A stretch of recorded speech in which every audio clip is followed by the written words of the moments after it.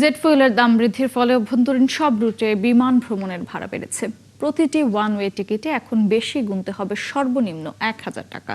Aviation খাতের কর্তা ব্যক্তিরা বলছেন, এর ফলে বিমান চলাচলের ব্যবসায় ধস নামতে পারে। বাজে প্রভাব পড়বে ট্যুরিজম প্রবাসী খাতেও।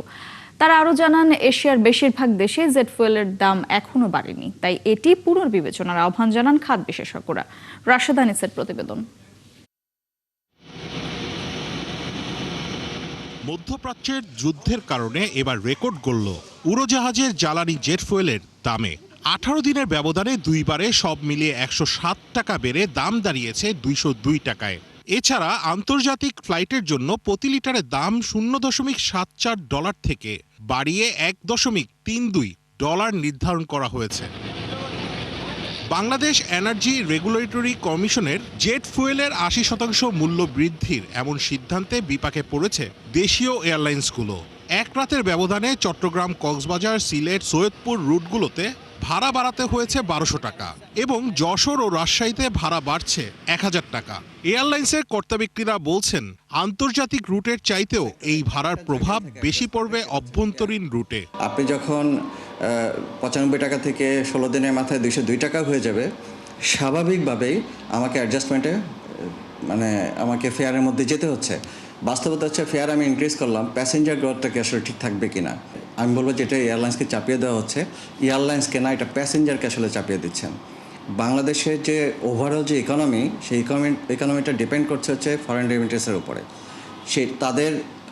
তারা যখন একটা এয়ারলাইন ব্যবহার করবে, তা আপনারা একটা জিনিস চিন্তা করে দেখেন, তাদের যখন ফেয়ারটা ইনক্রিজ হয়ে যাবে, আমি বলবো যে এটা ডিমোটিভেটেড হওয়ার একটা সম্ভাবনা আছে। ডোমেস্টিক ট্রাভেলে এমনিতেই মানুষের ক্রয় ক্ষমতার বাইরে। আমরা ক্রমান্বয়ে দেখছি যে আমাদের ডোমেস্টিক শ্রিঙ্ক করছে। আমাদের স্টক থাকা পর্যন্ত তেলের দামটা বাড়ানো উচিত হয় না, আমি মনে করি। আপনার ঘোর বিরোধিতা করেছিলাম, তারপরেও বিআরসি আমাদের কোনো যুক্তিকে গ্রাহ্যতায় না নিয়ে দামটা বাড়িয়ে দিয়েছে। এই মূল্য বৃদ্ধি যাত্রী হারানোর শঙ্কা তৈরি করবে। একই সাথে জেট ফুয়েলের দাম বৃদ্ধির পেছনে বিআইআরসির যুক্তি ভিত্তিহীন বলে মনে করেন aviation operator association of Bangladesh. BRC যে বাড়ালো সেটা বিপিসির আবেদনের প্রেক্ষিতে। বিপিসির আবেদনটা কি, যে এখানে দাম না বাড়ালে বিদেশি এয়ারলাইনগুলো আমাদের এখান থেকে সস্তা তেল পেয়ে নিয়ে যাবে।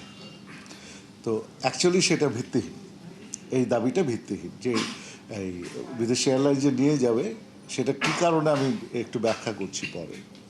আর দ্বিতীয় কারণ হলো যে তাদের নেক্সট যখন তেল কিনতে হবে, এখন যে স্টক আছে সেটা আমরা যেটা পদ্মার কাছ থেকে জানতে পেরেছি, আবার 3 থেকে 4 মাসের স্টক আছে। তো এই প্রেক্ষিতে কিন্তু দাম বাড়ানোর কোনো প্রয়োজনীয়তা ছিল না। গেল 28 বছরে দেশে 28টি এয়ারলাইন্স বন্ধ হয়েছে। মানুষের আয় বাড়ছে না, কিন্তু সরকারের নানা সিদ্ধান্তে বিমানের টিকিটের দাম বাড়ছে।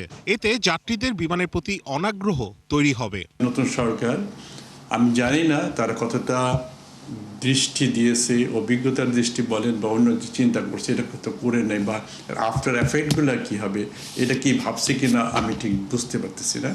যদি ভাবতো বা অতীত অভিজ্ঞতা যদি তারা স্মরণ করতো, তাহলে তারা হয়তো এটা করতো না। তাই আমি মনে করি যে গভর্নমেন্টের এখনও সময় আছে, দে শুড রিকনসিডার। তারা যদি বাড়াইতে হয়, গ্র্যাজুয়ালি বাড়ান, আদারওয়াইজ এই খাত ওটা সমস্যা পড়বে।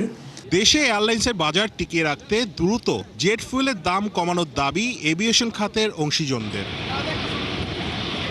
রাশেদ আনিস, 71, ঢাকা।